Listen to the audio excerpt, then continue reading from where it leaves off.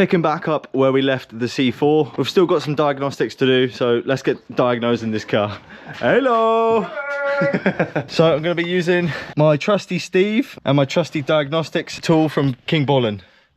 So if we start the car up, we still have issues here. So obviously the door is open. We have engine fault repair needed. We do have an engine light on the car, and that's pretty much all that comes up. So we need to diagnose this to see what is actually going wrong. Sweet, so what do we need to do? We need to go into diagnose, and then we need to pick, we can go auto search, and that should just find the car that we are in. Okay, now we need a health report. Yeah, it's on. Now we can just scan through all of the engine components and the gearbox and everything and figure out what's going on.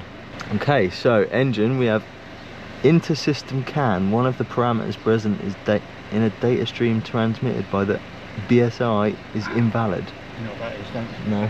That's that battery terminal thing on the back of the battery. Is it? Yeah. Okay, that's good. At least we know that. Permanent fault, yeah.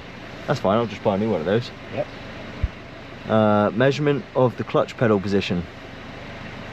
Okay, I tell you what we'll do is we will clear all the DTCs and then we'll scan it again and see what comes up then. Right, sweet. Okay, yeah, so it's still saying the same, so we've still got that.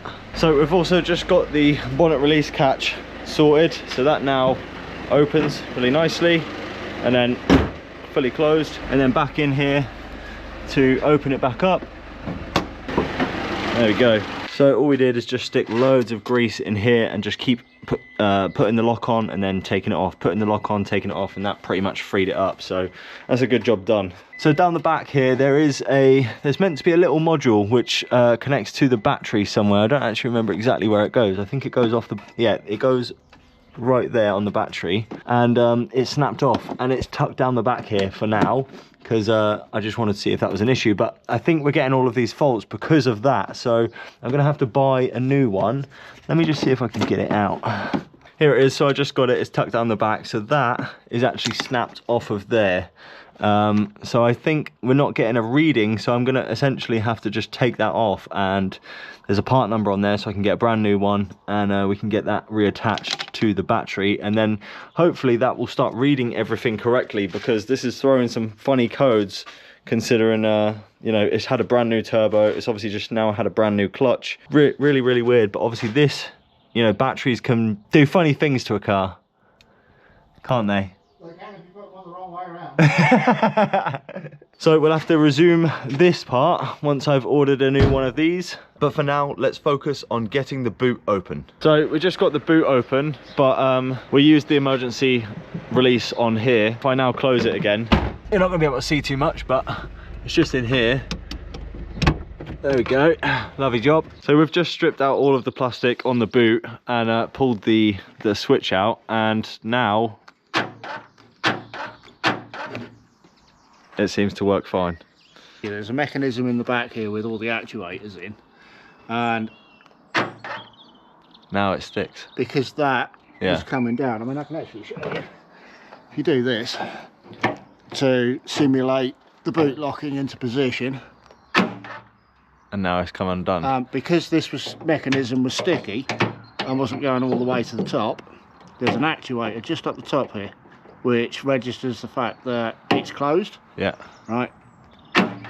And now it comes undone. Because it was sticky.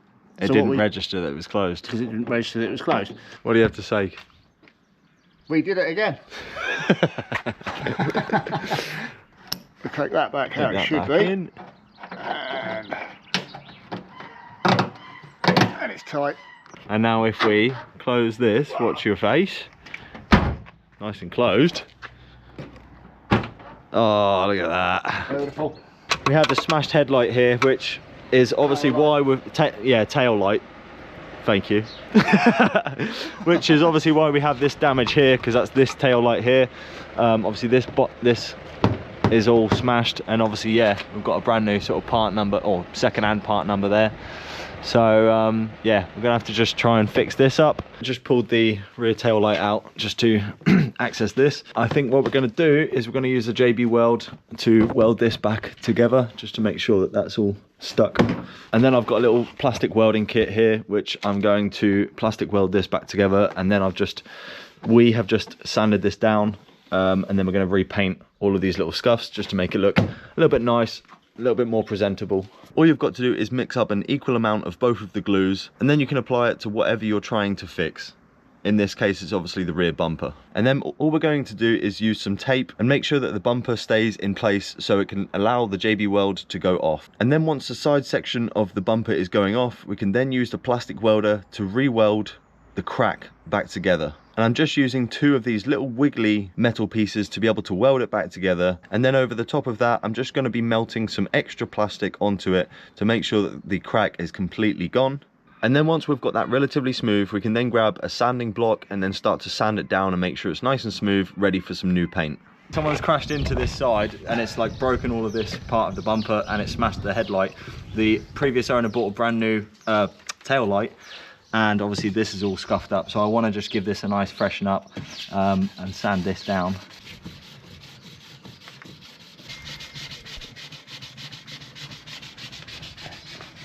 So you see it going down now.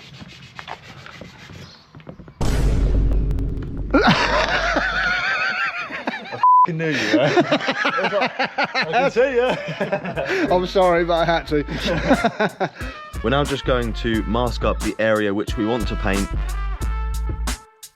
And I've just picked up a colour matched rattle can to be able to paint the rest of the bumper. Let's give that a few coats, allow it to dry, and then I'm going to just add some lacquer.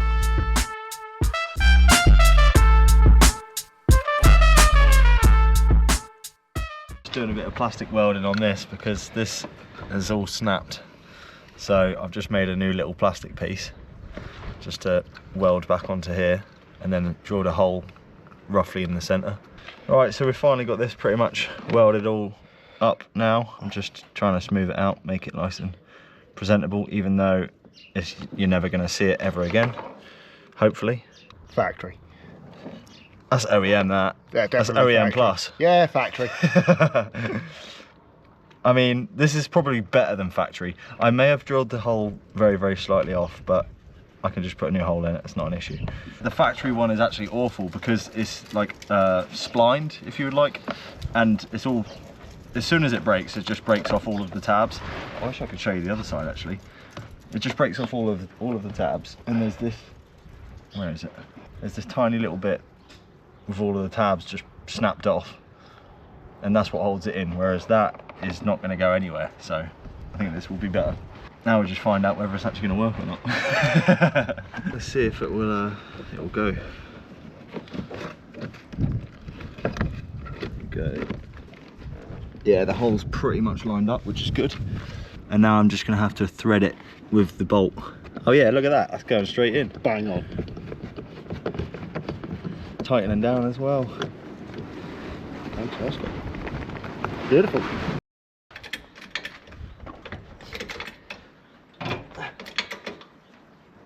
Oh, my son.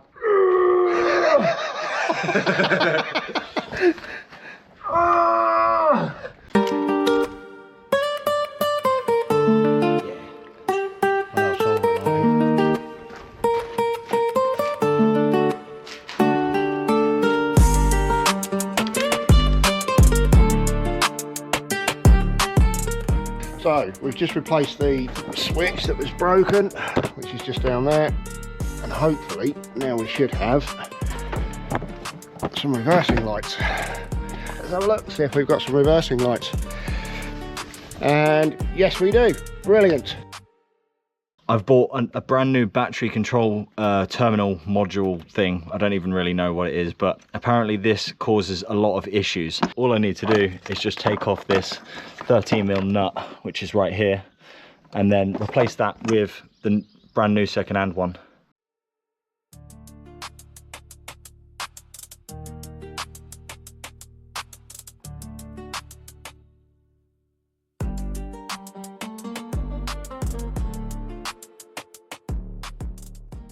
Right, so after we controlled the, what is that module called? The BGCTFR M4, AK47, PS5 HDMI cable thing. Yep. Once the new one has been put on, let's jump into some diagnostics and we'll quickly see what codes we have left. There we go. So it looks like we've got 26 DTCs at the moment, which is a lot more, but I haven't wiped any of this, so I'm not gonna, I don't actually care about this right now. So we've just turned the engine off and wiped all of the codes, and now we seem to have 0 DTCs. I'm gonna quickly do another scan, just rescan it again, just to make sure there actually is nothing. But it's scanning all 8 systems and we have no code supposedly. So I'm gonna check whether the engine light stays on. I'm gonna have to turn the engine on again, but it looks like, bingo, we might have cracked it. 75% done, no codes. Oh, that's good. 100% done. There we go. 8 systems, 0 DTCs. Let's quickly start the engine, see if the engine light goes out. No, the engine light, oh, it's gone! It's gone! It's gone! Yes! No way! I can't believe that's actually done it. What? No codes at all. That saves such a massive headache. So now that we have the C4, all of the fault codes are gone, all of the issues are fixed, the clutch is fixed, everything is done, it's time to give this a nice wash and get it listed.